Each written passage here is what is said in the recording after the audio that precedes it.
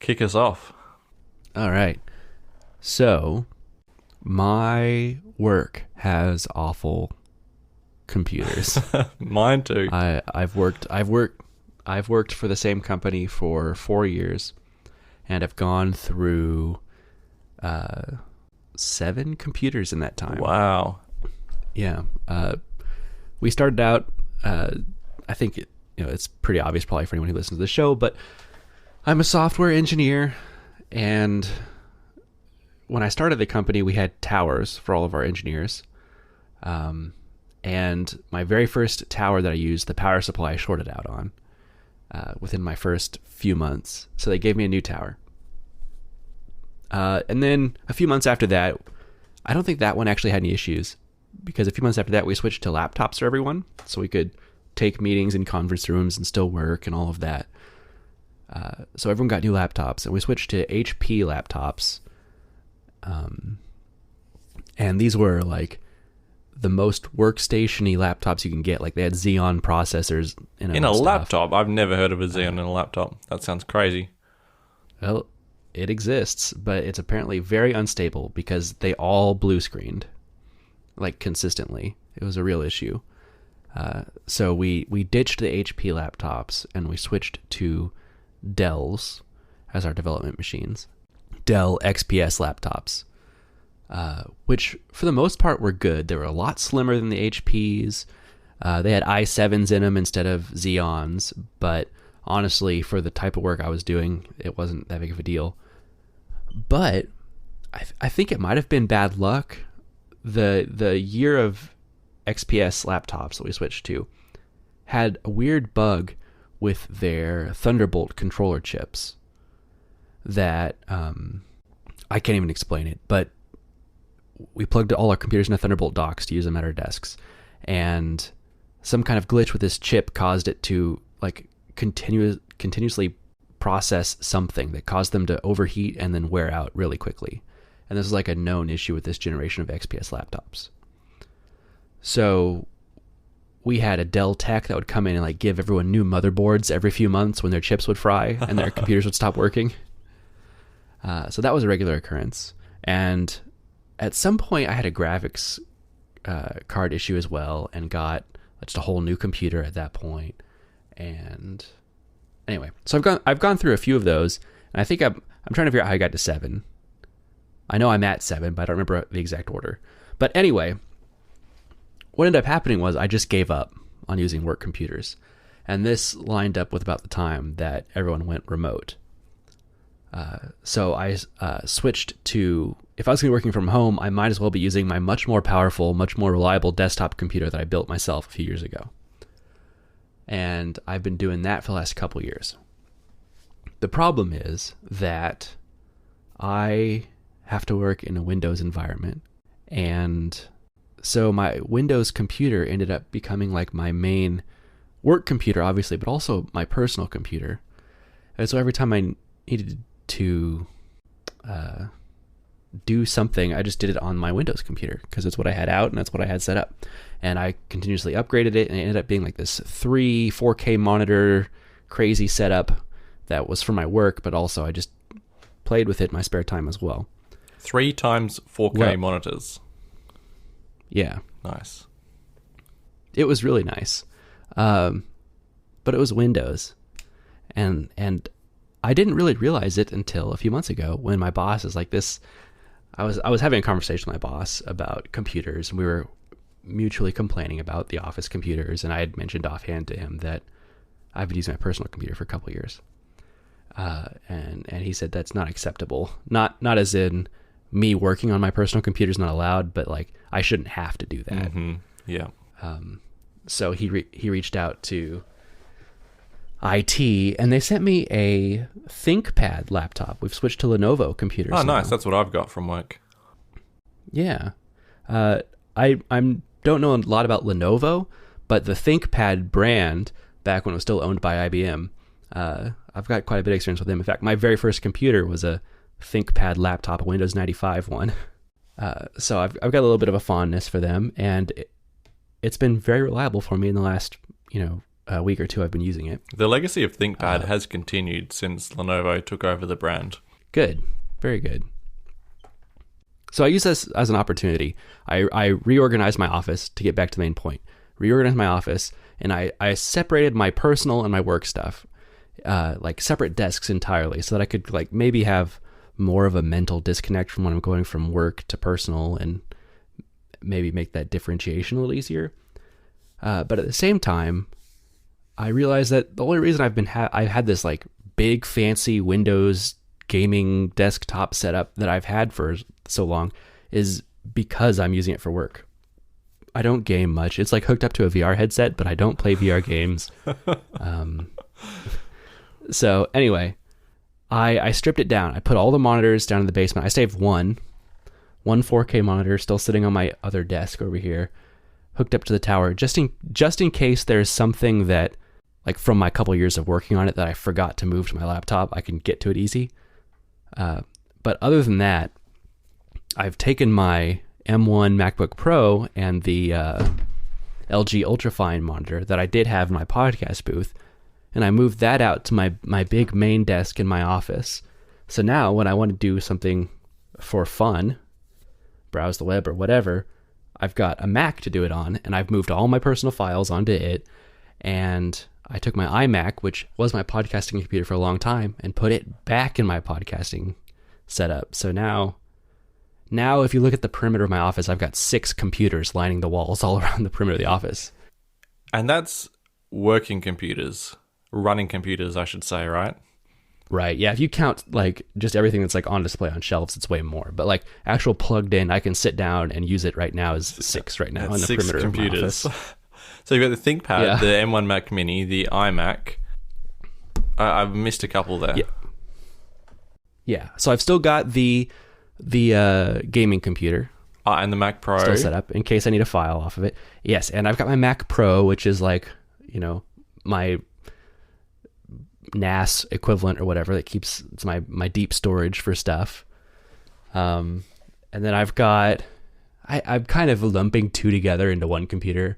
I've got like a Raspberry Pi 400 with a little monitor hooked up to it, and my iPad Pro, both. So if you count like the actual keyboards that I can sit down and type at, it's more than that. But do you let them go to sleep, or do you have solar panels on your roof? They're your 2 choices. It's one or the other. They're pretty much on. Yeah, I mean, they go into sleep mode, but they don't turn off unless like my power goes off and I don't remember to turn everything back on. That's acceptable. They're not using too much power when they're in sleep mode. Right. Yeah. So, but it's really good to be back on a Mac, because honestly, the only time I was using my Mac was when I was recording this podcast. And other than that, I just had that big Windows setup that I had my work and play life or whatever on. I don't quite follow why the ThinkPad didn't fully replace the big Windows setup and just become your primary computer. Is it because it doesn't have the guts for it? So as far as my work life goes, the ThinkPad has completely replaced it. I've got the other one still plugged in because I'm sure that there's something that I have not moved over in the last week, right? 2 years worth of databases and software, and maybe I've got security key saved in documents folder somewhere. I don't know. But I'm sure the moment I unplug that tower and completely retire it, I'll realize there's something on there I need. Always happens. So you guarantee. Right. So it's still there for that. And like I said, it is plugged into a VR headset.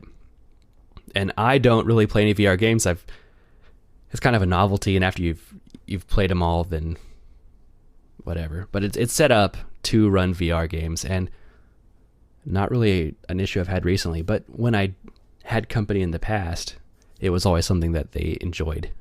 So having it set up so I can turn a VR game on quickly if someone wants to play with it is probably the main reason that it's not like broken down and sold off, because the 1080 Ti in there, I could probably sell for more than I bought it for, 5 years ago. So how does it feel now that you're back on the Mac finally? I mean, you have been using it all these years anyway.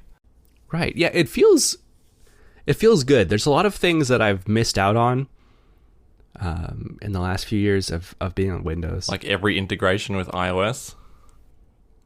Exactly. The ability to respond to a text message without having to switch to like my iPad Pro, which I've had on my desk at all times. Life-changing. Is great. And something else that I'd kind of forgotten about is just, it's so nice that if I'm working on something on my Mac and I'm working on a document, I have access to a document from anywhere from my phone. Like having Icloud sync all of my documents at all times is something that I had completely not forgotten existed, but just forgotten how nice that is to have. It's something I use on a weekly basis, that's for sure. Mm-hmm. I had a really funny one the other day. Dad was like, "Oh, the TV's broken. I'm sure it's about 3 years old." And of course, I'm at his place, and like, "No, I bought that TV like 15 years ago." And then within like 20 seconds, I had the receipt because all my documents are on my phone. Do you scan in your receipts? If it's something, I wouldn't scan a grocery receipt, but any electronics, I would. Okay, like anything you could still potentially get a warranty on at some point. Yeah, or anything I need for tax purposes, like if I post something, stuff like that. Okay. Man, this is the second podcast in a row you've done things for tax purposes that I've never considered. And I don't know if it's because you're so old and I'm just not thinking about that yet. Hang on. What was the last one? Remind me. It was something to do with my emails. You didn't like that I deleted receipts and stuff in my emails. So I think we were still on receipt stuff. Right, you deleted a hotel receipt. Right. That was a personal trip, but typically, you could somehow wrangle a personal trip into a work expense. I'm sure you could. And postage, anything I post is definitely claimable as a business expense because I'm posting businessy things.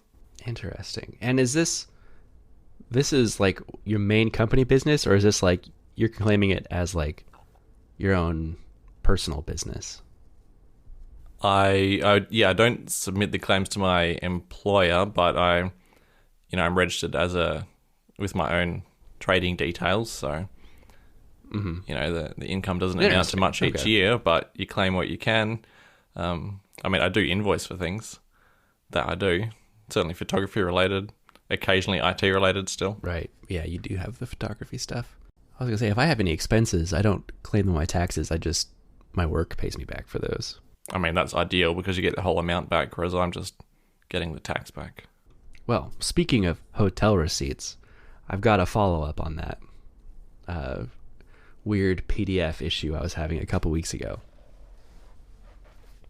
It ended up being not as weird as I was making it out to be, and it ended up being exactly what you had predicted. And I've shared in our Discord channel a photo of a recent Twitch receipt I got. And it is, in fact, it's a 2-part receipt, kind of. It looks like just one big email, the invoice, but actually there's like the top half, which is like a fancy HTML formatted email, and the bottom half, which is an attached PDF. And somehow the PDF for my Twitch receipt, which doesn't match the Twitch styling at all, did just get mixed up and attached to a Hilton email, which is a very common mail occurrence. The Twitch receipt is exceptionally plain. It looks like they've just taken the default template out of whatever accounting software they've used, haven't even bothered to change the color from that sort of greeny color to the Twitch purple, which would have been like the very first thing you'd even think about doing if you're implementing this accounting package, I'm sure. Mm-hmm. Right. And I think that was a big thing that threw me off is, first of all, green's not a Twitch color, but also that shade of green is like the logo color of the hotel chain I was staying in. So those two things together convinced me that I was looking at a hotel receipt and not the Twitch one. Does seem very convincing, but it also seemed infinitely impossible that two PDFs could be combined somehow. Right. Yeah. So not as weird, but it does give me an opportunity just to complain that I think I said a moment ago that it's not uncommon for attachments to get mixed up in the iOS Mail app, I'm going to take that a step farther and say it is the norm for my attachments to not be correct in the iOS Mail app. Oof, maybe you're looking at a mail rebuild. Maybe. This is not a new issue. It's been an issue that's existed for years. So I don't understand how it hasn't been addressed at this point, because I'm sure I'm not the only person who experiences this. And getting the wrong attachment on the wrong email is one thing, and it's annoying and frustrating. But it's even worse when like I just have no way to get to an attachment because it's gotten mixed up with another one, and there's no way to find the attachment I need. So I've got to open, iCloud Mail on a browser or something to actually get to the attachment. Yeah, that's the workaround, isn't it? So this is actually on an iCloud Mail account too. It's not like you're using a Gmail account in Mac Mail and getting some weird behavior, because that would be par for course. Right. But it's not. It happens in both situations, whether I'm using iCloud Mail or a different client. My other little favorite is when you're in conversation view and it just chucks in some random email from ages ago as if that's part of the conversation. Right. Yeah, there's a lot broken in the Mail app for some reason, and yet I can't bring myself to try any other solutions. I mean, it's email. How well do you really need it to work? Yeah, I guess that's just it. It's worked well enough for me, and since half my emails are junk mail anyway, it's not something that I spend much time thinking about. So that's you back to the Mac. That's me back, and it's good to be back. My little pre-show topic is that the dog smashed my phone screen and I smashed my watch screen since we last spoke. Really? You sent me a photo a week ago, at least, of both of your devices smashed, and I didn't ask because I had no doubt in my mind that both of those were the doing of Johannes. For once, he's free of blame. Absolutely nothing to do with him. He wasn't even home when the watch broke. Well, it's barely worth a story, but the phone was on a little coffee table. The dog jumped up to get some food off the table. The phone fell onto the ground, smashed. And the watch, I was simply taking it off the charger, fumbled it. It fell onto the floor, and I covered my eyes because it was face down. I couldn't see what had happened, but I knew in my heart it wasn't good. And I picked it up, and the screen was just hanging by the flex cables from the watch. And this is a fairly new, like recently replaced watch, right? What has it been? Maybe mean anything? Maybe 4 months since it happened. Since I got a new watch. Does that help? Like if it's recently replaced, do you get like an extension on your warranty for a short period or something that you could theoretically get a new one and blame battery swell or something on the screen popping off? Well, I got a good look at the batteries and they did not look swollen. But under the consumer law, when I got a new device, it entitled me to 2 more years. So it would still be under warranty. I guess I could try and claim something, but I don't know. I just, like, you don't have to say what it is. Screens popping off is like a warranted issue on these older generation of Apple Watches, so it probably wouldn't even be questioned. And that's what I took it in for last time and got a new watch. Right. Yeah. Hang on, I actually have to open the door for the dog. 1 sec. Brady. You still let the dog in the room with your other sensitive electronics, huh? He cannot reach up onto the desk. Well, no, he could reach, but he's not one to jump onto a desk. Unless there was food on there, of course. That's a different story. Right. You just gotta bump it hard enough to knock something over. There's nothing on the desk to fall over, though. So, you know what would have saved you in both of these cases?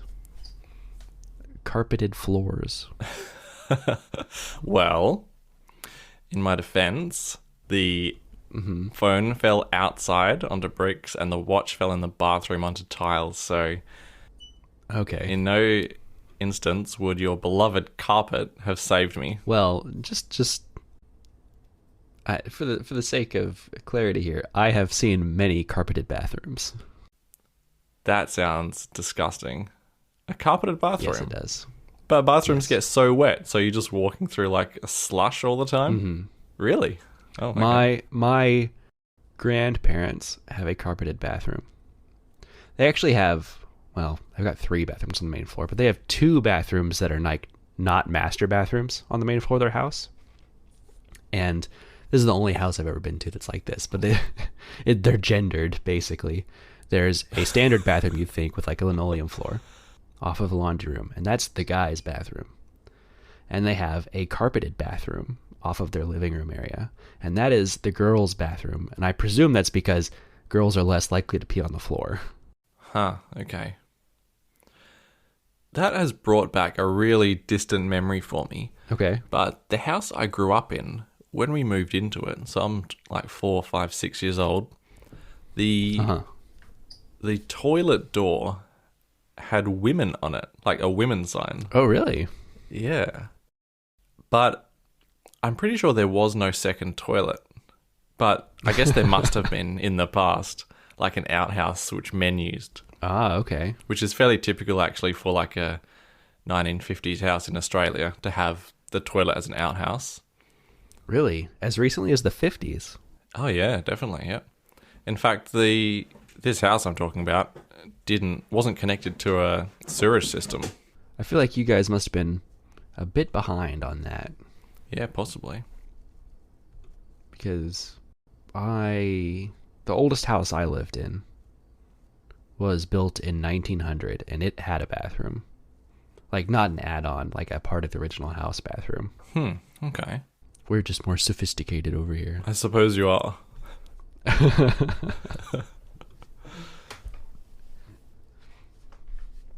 All right, so is it even worth going to get your watch warranted, though? Or do you think you're going to be too tempted by the Series 7 in a couple weeks? Good question. It's worth it. It's got to be worth it. I mean, even if I get a free screen just to be able to sell it, I suppose. Yeah, that's true. Although, what's the Series 3 worth anymore? Yeah. I've always found that Apple Watches don't have great resale value. At least it's the stainless steel cellular model. That probably bumps the price up a little bit, but yeah, we're probably talking about like less than $200. Assuming they give you a brand new one again. I mean, you don't have any battery wear on it. That might be like the most valuable Series 3 Apple Watch in the world. Yeah. All right. I think I'll definitely give it a shot. All right. And as for the phone, that's a question as well, because I'm talking about the iPhone 10 here. Do I bother getting the screen replaced just to sell the phone in a couple of weeks? Or do I just sell it as is? Right, yeah. What's a screen replacement even cost on iPhone 10? Have you looked that up? Well, I certainly wouldn't get it done at Apple because that would definitely not be worth it. But if I got like an LCD in it from one of the supermarket and shopping center repair stores, I think that'll run me about $100. I mean, you could certainly buy one from iFixit or something as well. And do it myself. The problem is, sure, yeah. The problem is with any of that, I guess I don't know what a kiosk in the mall would offer, but I assume that you're pretty much guaranteed to not have any water resistance after that. Oh, no. Certainly not. And Apple will charge you, well, $280 US for a new screen on iPhone 10. Yeah, it's close to like 500 Australian, I think. Oh, man. Definitely not worth it. In contrast, you can buy a new screen from iFixit for $90 US. Is that the LCD or the OLED? For the iPhone 10, it's only OLED. They don't have an LCD one. No, all the I keep calling them supermarket. All the shopping center repair stalls put LCDs in them. In an iPhone 10? Really? Yeah, this is totally a thing. I know. I was shocked to find out. Let me look. You're right. It's an LCD display. That's crazy. From iFixit as well. Yeah. Huh. There you go. I don't know. I wonder if this is actually LCD or it has to be.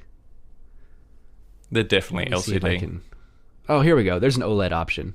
Right. Okay, so an OLED screen is $145 US. So you can save almost half the money by switching to LCD, I guess. Interesting. Anyway, a few things to ponder. Indeed. Good morning. Good morning. In 2010, Steve Jobs was considering an iPhone Nano. This is from an email that was surfaced from the Epic versus Apple battle court case. Right, yeah, it seems to be just like the minutes or an outline for a meeting that was going on in the end of 2010. But one of the things mentioned in there is an iPhone mini. And this is an iPhone mini in the time when of iPhone 4, the 3.5-inch iPhone. So what would a nano iPhone look like at that time? Something similar to the iPod Nano, perhaps? Yeah, I wonder if the iPod Nano we got, what was it, 2012? That the iPod Nano that looked like a small iPod Touch came out? I imagine that was based on whatever experimenting they were doing with an iPhone Nano. Okay. Because it does just look like a small iPod Touch, but it's so small it's like not useful. Like you couldn't really use any apps on it. No, I wonder if they would expect it to run any of the apps, or if it was just a completely like a slimmed down version of iOS that just ran maybe just like the stock apps, and it couldn't even run App Store apps, something like that. Right. Yeah. It seems the point of it... It'd be a lot like the first generation iPhone before the App Store existed. Yeah. It seemed like the point of it was actually to reduce the cost, to make like a cheaper one, because the first sub point to the plan is cost goal. Right. And I'm trying to scroll through this here. They also mentioned like phasing out 3GS as the cheap iPhone they still sold. So, and the iPhone Nano was, here it is. It's under it says create low-cost iPhone model based on iPod Touch to replace 3GS, which I would like to see as well. But anyway, the headlines about this leaked email, a lot of it, pretty much all of them, talked about this iPhone Nano that was mentioned here. But there's a lot of other things that I thought were equally, if not more, interesting in this email.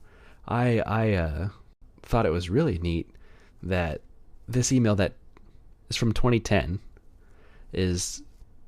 has both the iPad 2 and the iPad 3 as discussion topics. So even when the first generation iPad was still somewhat new, they were talking about the next couple generations of iPad. Yeah. And it seems like they had them pretty fleshed out, including that the iPad 3 was basically just an improved display. Yeah, right. Okay. In a similar vein, this is when the iPhone 4 is out, and they got what's coming for the iPhone 5. Mm-hmm. And I think it's actually kind of comical that it's just got like H4 performance, so performance boost, new antenna design. I guess that's prompted from the iPhone 4 debacle. New camera. That's all that's listed. Yeah, I very much think that iPhone 5 was being used as a placeholder for 4S in this case, because they don't mention the completely redesigned body or bigger screen or anything else of the actual iPhone 5. Okay, all right. But actually that comes after their listing for the Plus iPhone, so the 4S. So they're actually listed separately. So oh, I see. Maybe not. Yeah, you're right. Plus iPhone. Better antenna, again, processor, camera, software. There was talks about around this time, before the 4S came out, and no one was sure whether Apple was going to do S cycles every year, if the 3GS was a one-off. There were rumors of a teardrop-shaped iPhone 5. Do you remember this? Ooh, really vaguely, yeah. Maybe this is the low-cost iPhone based on iPod Touch, because the renders at the time looked like an iPod Touch. It had like the shiny stainless steel back, and it just got slightly thicker towards the top, and then it thinned towards the bottom. Instead of a camera bump, I guess it was just the phone got a little thicker at the top. Mm. And and a lot of people thought that was the iPhone 5, but maybe that was the rumored based on iPod Touch cheap iPhone that they were working on. Yeah, right. I still think a design like that would be a lot nicer than giant camera bumps, actually. Was it the Pixel that went with that design at some point? There was one of the competitors did that and made a barely discernible thicker phone at the top, which eliminated the camera bump. I don't know off the top of my head. Probably a Nexus phone? Because I don't think any of the Pixel phones did it. Could be right. This is probably going back a long time. Yeah. But it seems like a win-win, because you don't get the camera bump, so it lays flat on a table, it doesn't rock when you touch it, and it kind of actually elevates the screen so it's pointing at you a bit more instead of straight up when it's sitting on the table. I don't know if if it's going to be like that much of an angle to really even be noticeable. Well, yeah, I guess it depends. Because I'm looking at my phone now, and the camera bump isn't major, but if they made the top just thick enough that the cameras were flush with the back, but then also took that volume from the bottom so the bottom became thinner as a result, I think it could be, a few millimeters. It wouldn't be insignificant. Okay. Any other good tidbits in this email? I like that Steve Jobs spells out explicitly that they're in a holy war with Google. So that's very much right in the middle of Steve Jobs' big battle with Google at that time. They considered Research in Motion, BlackBerry, still a competitor at this point. Yeah, I guess 2010 is probably early enough in the history of the iPhone that RIM was still dominating at least a somewhat notable segment of the business market. I definitely knew people in 2010 that still had Blackberries. Oh, I had a BlackBerry anecdote for earlier in the show, but I forgot about it until now, so I might as well say it now. You know how you were saying that you went through like 7 computers in 2 years, was it?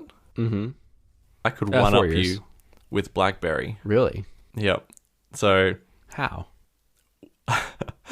when the BlackBerry Bold 9000 came out, not sure if you're familiar with that device, but when that came out, I got one, and I ended up replacing that device under warranty 14 times in a year and a half. Really? Can you imagine what a nightmare that was? 14 times. How on earth? What was wrong with it? Because when I said I knew people with Blackberries, the Bold was the phone that I came to mind. Just a litany of problems. It was unending. One of the very common problems was dropping calls or dropping audio. Just wake up in the morning and it doesn't power on anymore. Speakers failing, cameras failing. You could name a problem, and I had it with the Bold. Wow. Apparently you've had it 14 times. Mm-hmm. That's it. So did you eventually get a good one, or what was the end result of that? I think I got an iPhone at the end of that. You've been on iOS ever since. That's it. So there are some leaked iPhone 13 and 13 Pro cases confirming, in quotes, a few of the characteristics of the iPhone 13. My favorite one is thicker body. 0.2 millimeters thicker, so nothing too crazy going on here. But I wonder how much more battery 0.2 millimeters will give us. The rumors seem to, or the Reddit thread theorizes that a bigger battery is required to power the new high refresh rate screen, which would be a nice feature to have, that's for sure. Right, yeah, and that seems all but confirmed at this point. Yeah, between the phone getting slightly thicker, which isn't much, but also the camera modules themselves are also getting bigger. This could end up being a noticeably more chunky phone. At least the notch is getting smaller, though, according to the rumor. So a little bit more screen real estate. Yeah, I'm not sure. I'm not sure what that's actually going to gain when the notch gets a little bit narrower. Maybe we can get battery percentage back up in the status bar. That'd be nice to see. But other than that, I think I would have preferred the notch to get shorter instead of narrower, because at least then you get a little bit more vertical real estate that's usable for more things. Shorter as in... Wait, which... So the height is smaller instead of the width getting smaller. Yeah, so the notches that are thinner, thinner in height do look a lot better than the ones that are really tall and thin.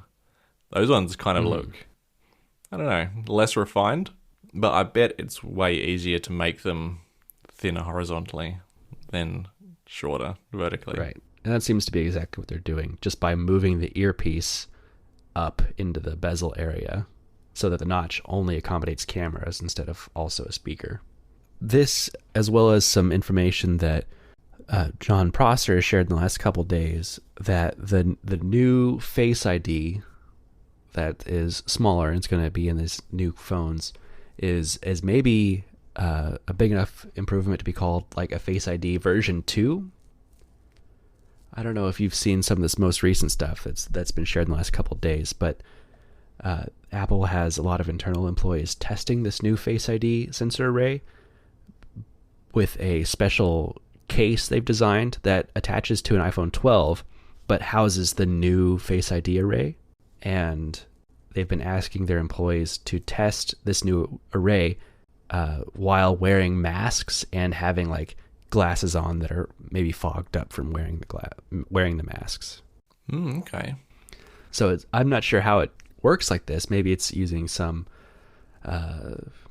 spectrum of light that can pass through fabric like that, but it seems to be able to work, or at least in theory, through masks, which could be an awesome feature. Maybe it's just that the coverage of dots is a lot higher DPI, so it can just pick up all the characteristics of your face that are still out in the open when you're wearing a mask or glasses. Yeah, so I'm pretty excited to see what actually comes of this outside of it being smaller, but it seems like it could be a big technical advancement as well. Hopefully they also add the feature of it being able to work when your phone is in landscape mode as well. I mean, we already have that with the iPad. Right. But it's kind of annoying when you're in Safari sideways and you have to go back to portrait. Mm-hmm. Yeah, I don't know if there was actually a physical hardware difference between Face ID in the phone and iPad. It sure doesn't look like it, so it seems like it's just a software limitation that's locking us out of it for some reason. Yeah. But saving it for the new phone. Maybe there is. Yeah. So this is definitely going to be like an S year, isn't it? Same basic design, a few seemingly minor refinements, just a few quality of life things. Yeah, I mean, it's definitely an S year, but I've never been a fan of the just an S year phrasing, because I think the S years of the iPhones are always the better years. Because you generally get a new design with relatively the same performance as the existing one. And then you get an S year, which is usually a bigger performance boost, and you get like all the nice refined features of this new design. And it ends up being like the definitive version of this design of phone. Because an iPhone 12, but with 120 hertz display, with improved sensor shift stabilization on every camera, with maybe a faster or more accurate Face ID camera that can look through my mask. All of those things sound like pretty big improvements to me. It just will look the same, but other than that, it's better in every way. Well, speaking of looking the same, pre-iPhone 12, you said a few things about kind of being bored with the iPhone and looking towards like the Samsung Flip and Fold and all the other foldy sort of phones. Right. Do you still have the old side eye towards Samsung? Oh, for sure. Yeah, Samsung just released their Fold 3 and their Flip 3. a week ago, and I was tempted by them. Again, they're fun and they're different, and I don't know. Phones have gotten boring. So to see something like that might be fun to use is a lot more tempting. But I can't switch now. I'm really starting to enjoy all of the new integrations. I just got back from switching back to an Mac on my personal computer. Can't lose it now. Carrier lock-in. No, not carrier.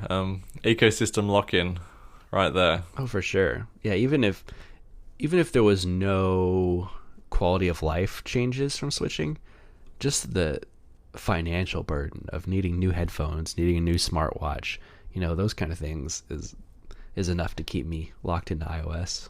Oh, man, I've got that entire burden currently, even though I'm not changing. I mean, I do too, because Apple's going to release a new smartwatch. They're going to release new AirPods, and I'm going to buy all of them, so I'm not really saving anything. You know what I didn't chuck into the show topics was the rumor that the iPhone is coming out like early mid-September, and the AirPods 3, or what do we call them, maybe AirPods 2 are coming out late September in a different event. There was that weird rumor going around recently about them having 2 events in September. That sounds very unlikely to me. I completely believe that Apple's going to have multiple events in the fall. That's pretty par for the course for them now, but 2 in the same month seems weird. I'm not sure what else would join the AirPods. They do the iPhone. We got iPhones. You normally have something alongside the iPhone. Maybe the iPad 9, which we're coming to. Apple Watch. Apple Watch, yeah. Okay, maybe that's just split. iPhone, Apple Watch, we need MacBook and then Pros still. Yeah. I mean, they've got a handful of things to release. Yeah. Yeah, okay. But I feel like that's an October thing. It seems weird to put 2 in the same month. Especially because they're going to have the event for the new iPhone at the beginning of some week. I'd say probably the week of the 16th. So maybe the 17th. There's an iPhone event because they usually do it on Tuesdays.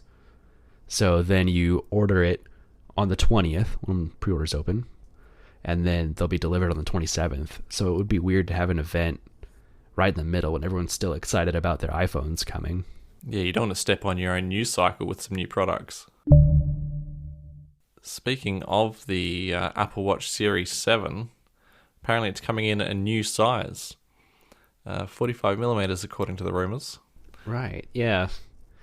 The only thing that I need to know is that my existing band collection will still work, and it sounds like it will. It's got to. I mean, you wouldn't change the size of the case by 1mm and then obsolete all the previous bands. Surely not. Although this is the company that didn't put a punch hole in the AirTag just to sell keyring holders that are more expensive than the product. So never say never. So, and this is definitely the biggest redesign ever of the Apple Watch. Going for their squared off design language they've basically brought to every product at this point. But I'm not sure how I feel about it. What do you think about this new look? I've been saying for a while that I find the Apple Watch too thick. I think it looks just slightly ridiculously thick on a wrist. So yeah, I think if they were just to put it in some sort of press that squashed it a little bit flatter, and if that made the sides bulge out a little bit more. In fact, I might just try that with my Series 3, see what happens. I think it would be a good look. I mean, I agree that it could be thinner. The danger, I think, is that it would look like a lot of competitors' watches, and especially a lot of the really cheap ones, because they are already doing that. Right, yeah. Like just a sharp-edged square on your wrist is like the epitome of the cheapest smartwatch you can buy anywhere. Yeah. They might be able to get around it by making the edges like a really shiny sort of stainless steel. That would give it like a premium feel to it. But then even then, if you're doing like a space gray version of that, that's not going to stand out all that much. This is the year they bring back the gold Apple Watch, and you can only get it in gold. Only gold. $10,000. Starting from, and that's the sport model. Yeah. Mm-hmm. I think I'm ready for something different. I'm just worried that, exactly as you said, it's gonna end up looking cheaper than the existing ones. This is still Apple, though, we're talking about. They know a thing or two about design. So I'm not terribly worried about that. I'm more excited, I think, for a change from... It's basically the same design we've had since Series 0. I mean, the small size bump, that's it. In fact, I think it's actually thicker now than it was back then. I don't know. It's been so long since I've used a Series 3 at this point. But at least didn't get any thinner, that's for sure. You know what? I think, now that I'm thinking back, I don't think the watch body got any thicker, but I think the dome at the bottom protruded slightly more, starting in Series 4. Oh, that's splitting hairs. If that's not the body, then what is? The metal, not the glass sticking out the bottom. Okay. So, yeah, I'm excited for this. I am curious how long this new design language is going to last. Because the iPad Pro started this squared off design years ago now.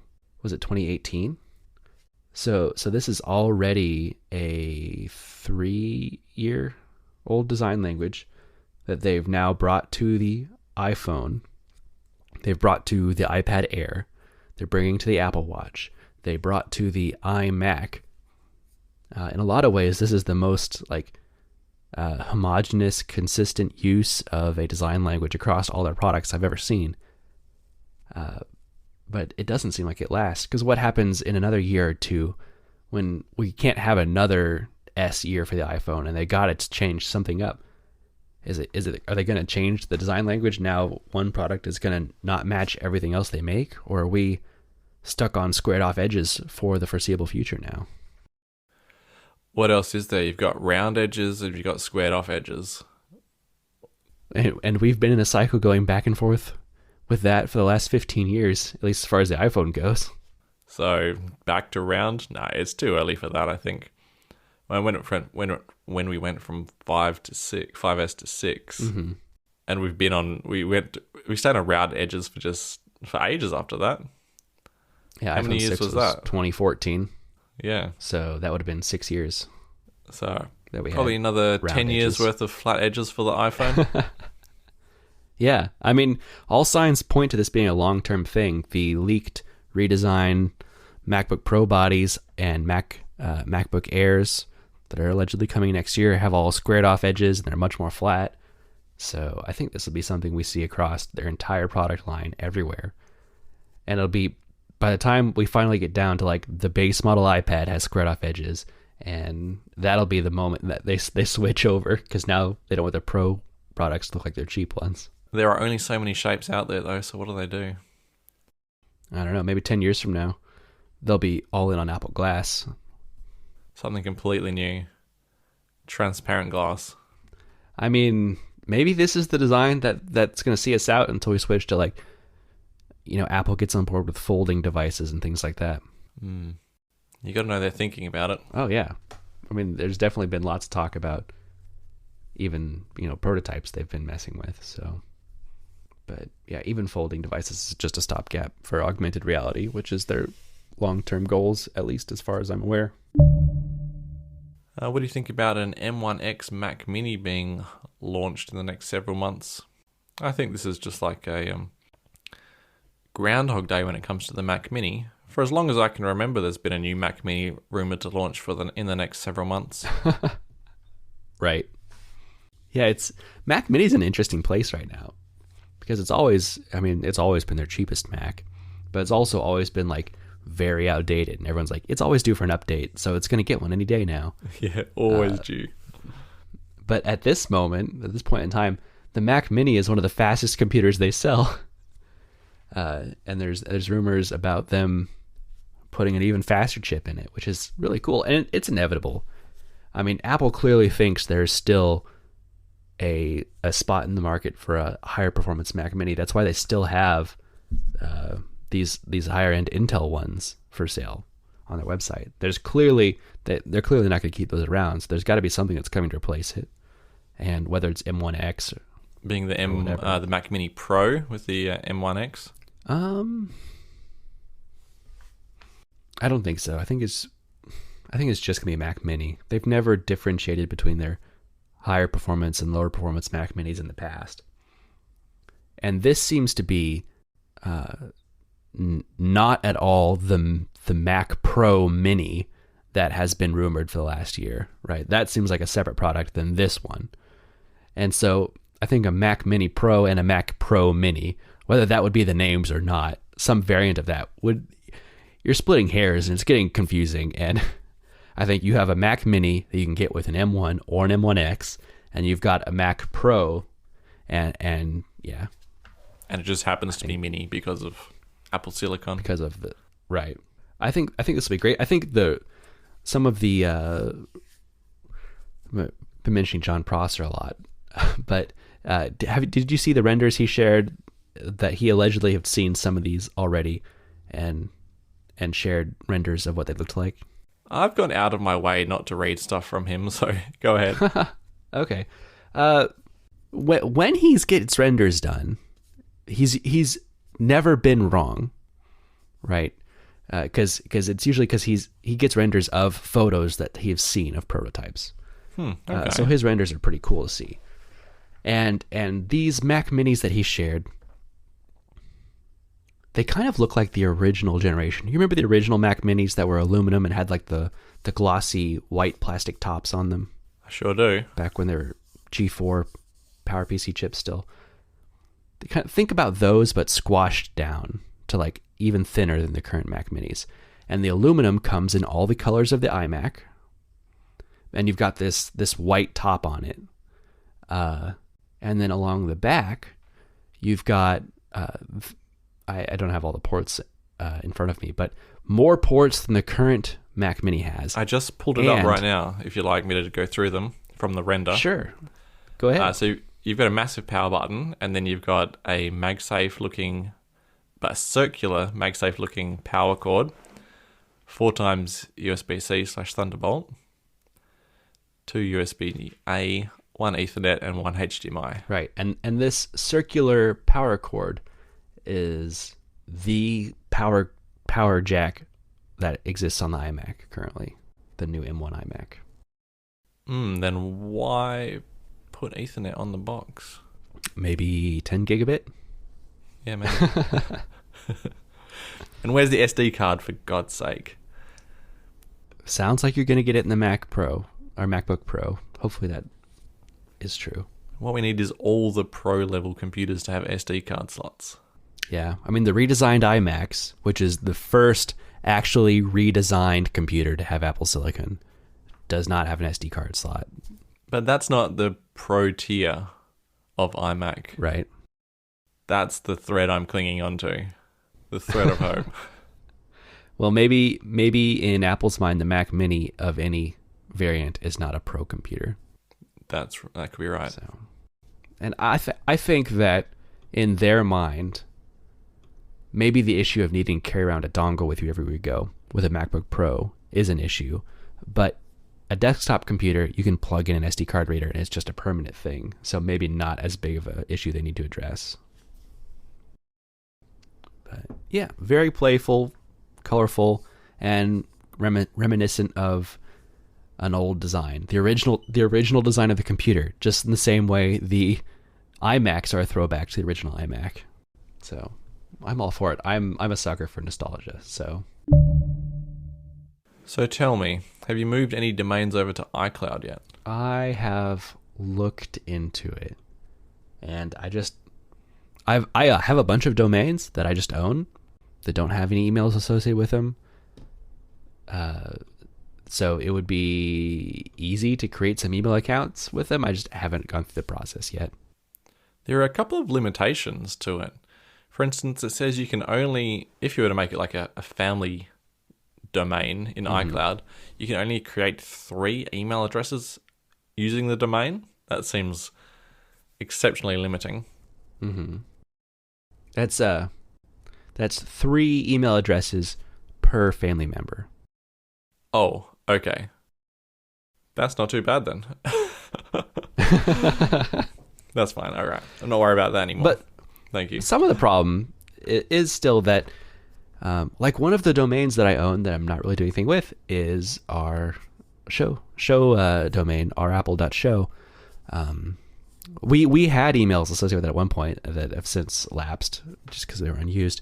But if I wanted to bring back David at ourapple.show and James at ourapple.show, I couldn't do that unless you and I were in a family. I can't give you your own email account unless we have not a shared family account. Oh, not according to Apple. But according to you. I mean, Nice. If you want to be added to my family on Apple account, I've got 1 slot left. My kids are taking up every other one. Unfortunately, I already have a family. I'm not sure we can link them. Not with that attitude. But no, we couldn't share a domain in any way, could we? No. So it would have to be for very, like if I wanted to start a personal business or something that maybe a friend and I were going to start, this wouldn't be an option for me because we would both need access to some kind of company email or something. So it's very personal or within the family. Now the idea of like, I'm going to buy a family domain and we're all going to have emails so we have cute family email addresses, that could be cool at some point in the future. Mm-hmm. But that seems like the extent of what this could be useful for. I did start the process of migrating my personal email account to iCloud, but when I tried to add my address, it said, "Oh no, that's already an Apple account. Sorry." So apparently, sometime in the past, I had need for another Apple account, and I used that address to create it. So, yeah. So I went to delete that Apple account, and I had no idea what was in it. So I did the whole, request all my data, so I could just grab it in like a zip file and then sort through it at a later date. Apparently, it takes up to 7 days to get that data, and then 7 days to delete the account. So in a bit of a limbo now until I can delete that account and then add it onto my actual Apple account.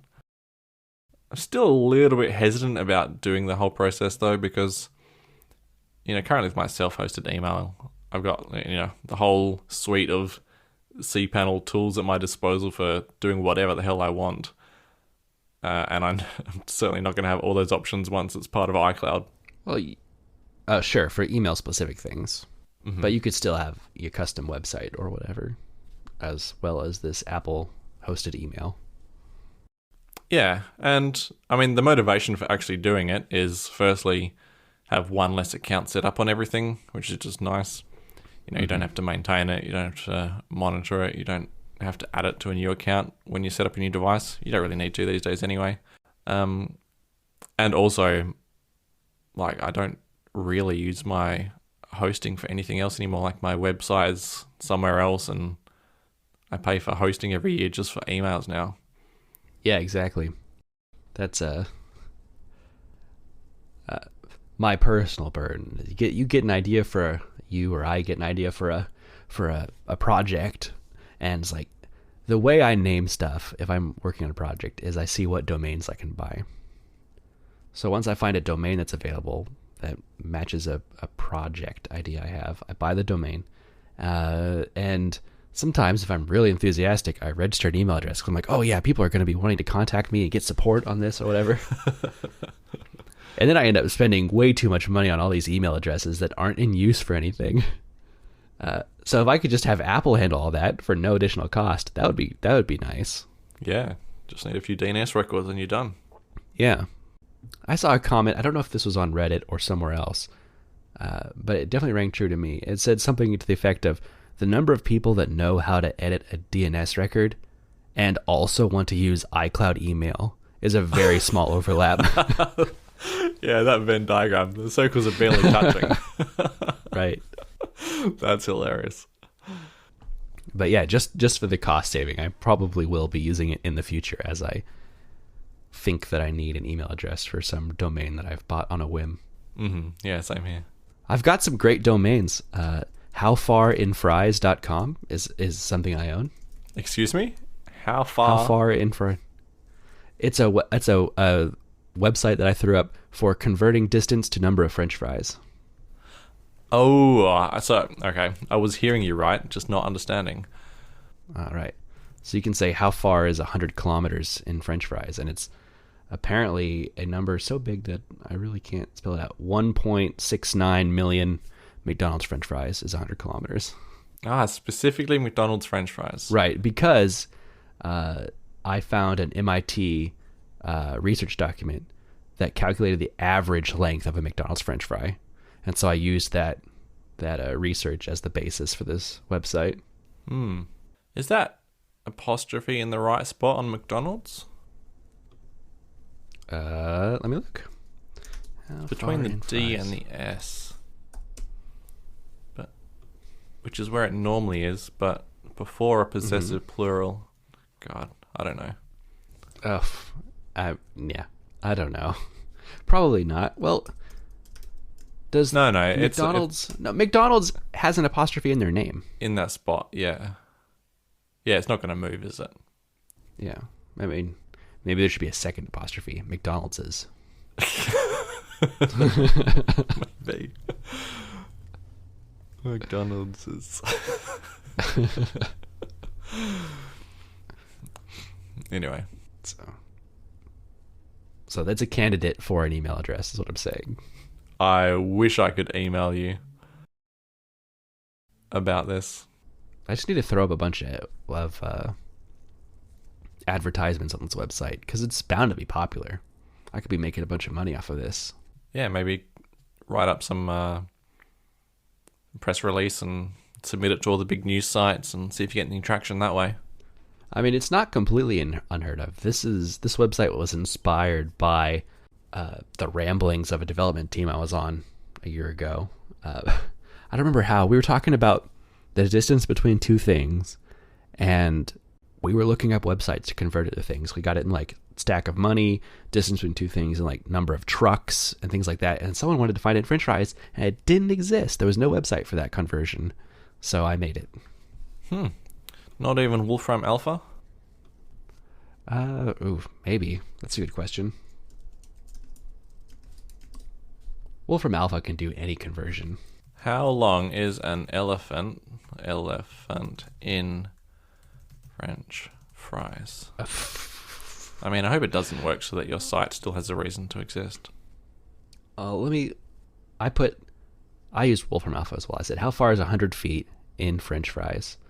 And it says, assuming French fries is a food, one serving of French fries is 288 calories.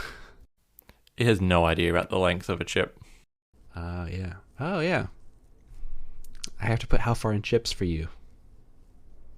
Anyway. We're very far from custom domains. The only thing that I was a little disappointed about, and maybe this was spelled out somewhere, but I was hopeful that Apple would also facilitate like the purchase of domains, so that it was like a one-stop shop for creating a website, and it wasn't like I had to buy it somewhere and edit DNS records and things like that. Kind of like how Google does with G Suite. Right, yeah. So I think that would be a lot more appealing to people than having to figure out how to set this up themselves. I mean, it seems a bit out of their wheelhouse, but the fact that they're offering this at all seems out of their wheelhouse already, so yeah, right. Whatever. Yeah. So better to have it than not. Apparently, the betas aren't even showing the custom domain in the mail app yet, so you have to use beta.icloud.com, so maybe it's a good thing that we haven't gone ahead just yet. Yeah, and I'm not too enthusiastic about Apple's mail solutions, as we've discussed earlier, so I'm not super motivated to move anything I actually care about. I'm James VDM on Reddit and Twitter. And I'm Jellywoot on Reddit and Twitter. And the show notes will be posted at reddit.com/r/the_r_apple-show. I don't actually have any post-show topics, though. Quick, make something up. Ted Lasso. Haven't watched it. Next. Still haven't watched it? No. Boo. I'm supposed to be having a watching session with a few friends here. Okay. But it's hard. Find a time. When we watched season 1 all together, it was because we were on a holiday together, so that was kind of easy. But just general week-to-week life.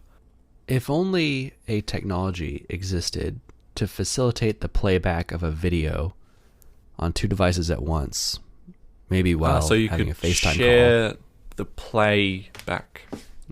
Yeah, something like that. Is that what you're going for?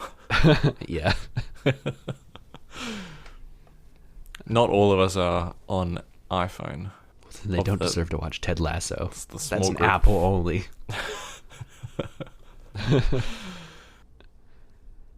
I'm wrong. We all do have iPhones. Come to think of it. Okay, there you go. One for work though. It's been good. It's funny. I'm not going to spoil anything, but it's funny to see some of the feedback it's gotten online as people are watching it. A lot of people are saying it's too nice this season. Has it become a parody of itself? That's what I'm hoping it doesn't do. That's what some people are implying, and maybe this is good that you're waiting to watch it, because I've seen a couple reviewers who got to watch the season all at once ahead of the release of the show comment on what people are saying online. I agree, especially going into it when it had the weekly releases. A lot of the main antagonists of the first season, that's gone now. I don't remember the name, but the woman who owns the football club, who was the person actively working against Ted in the first season, at the end of the season, they're friends now. And so that main antagonist he had is gone. And so it's just been everything's good. Everyone's happy for the most part. There's been some drama in the first 3 or 4 episodes, but apparently, according to the people who have seen the whole season ahead of time, it gets deeper and darker than the first season did farther along. Okay. Because there's some fairly dark spots in season 1. The panic attack episode was pretty dark. The way that that I read was that they took the first half of the season to establish this safety net between a group of friends, so that they could then use that as a way to, instead of doing interpersonal issues like they did in the first season, they're doing really personal things. The critic that I read said that there has to be a reason that Ted is so nice all the time, and they dig into his personal trauma that's he's coping with it by being so nice. Ugh. Later in the season. Yeah. Ugh, okay. So anyway, I'm excited for it to get into some of this other stuff, but I think it's been a good season either way. And I look forward to it. Yeah. C just had their season 2 premiere today. I don't think you were very into C though. Yeah, the one person in the entire world who was looking forward to that. As far as I can tell. That can't be true. There at least has to be a handful of people that want to watch it because they think Jason Momoa is attractive or something, right? Yeah, I suppose. I will say that C is probably the show that I was looking the least forward to. It's the show that I'm going to watch the second season of that I was least excited about. Ted Lasso was the number 1. Morning Show is number 2, which I don't know when that's coming. Still waiting on that. And then C is up there. But yeah, I will say I was the least engaged of all the Apple TV shows that I made it all the way through. C was the least engaging one for me. Okay. But you still made it through. I made it through, which is not something I can say about For All Mankind, which apparently is the exact opposite, because For All Mankind's got a lot of really positive feedback, and it's already on its 3rd season or something, so... Yeah, going gangbusters, but I'm like you. I couldn't get through season 1. I almost did, but just couldn't get there. I only watched the first episode, which probably isn't fair. I didn't even give enough time to get off the ground. For me. But it just didn't appeal to me. Look, between episode 1 and episode 6, not much happened. I mean, a lot happened, but if 1 didn't do it for you, then 6... 2, 3, 4, 5, and 6 wouldn't either. Okay, fair enough. Well, I'm starting to think this is going to be an expensive month for me. I guess I shouldn't be starting to think that. Yeah, I shouldn't be starting to think that. I should be well used to September being an expensive month for me by this point. I was just spoiled by last year, where I somehow had the self-control to not buy a new Apple Watch. That will not be the case this year. I suppose they looked the same last year, isn't it? Yeah, they looked the same. They even had the same processor. It's just like literally a blood oxygen sensor, and the screen was 50% brighter, and that was not enough to spend $800 for me. Why don't you buy the cheaper one? Because I've had the sport models of Apple Watches in the past, and I've scratched the screens up really badly on those. And the stainless steel ones, you know, that not completely sapphire, but somewhat sapphire to screens on those have held up way better for me. And I've got a lot of stainless steel bands that match, so I wouldn't want to go back to aluminum at this point. Okay. I mean, a very cheap solution to the screen, at least, is just a little bit of a screen protector. You could probably barely even notice it if it was a flat screen, unlike the current ones where you could definitely notice it. Yeah, maybe you could even get like a tempered glass one at that point. Yeah. But yeah, my bands at this point, if switching to a different case material would be the equivalent of them making the bands not compatible for me. That's why I haven't gotten anything other than stainless steel this whole time. I would have loved to have gotten, either a black stainless steel one or a titanium one or the ceramic ones. I thought the ceramic ones all looked really good. But I could never justify it because suddenly there'd be thousands of dollars worth of bands that wouldn't look right to me. Thousands of dollars. I mean, when you start with the point that I have the Link band, which was $500 on its own, it's not hard crazy. Then for another dozen plus bands of minimum $100 or whatever to add up to that. I suppose. But we're talking 2016, 7 years of band buying. So it sounds ridiculous, but when you spread it out over 7 years, it's not so bad. But I guess I'm telling that to the person who has one band, and that was given to him. So I used to have a plethora of bands. 7 years. The Apple Watch hasn't been out for 7 years, has it? Apple Watch came out in... Apple Watch was announced alongside the iPhone 6 in 2014. It came out at the beginning of 2015. So 6 years. I've just got the timeline completely messed up in my head. Yeah. It's crazy how time flies like that, huh? Is that a watch That's another pun? good one. I'm full of them.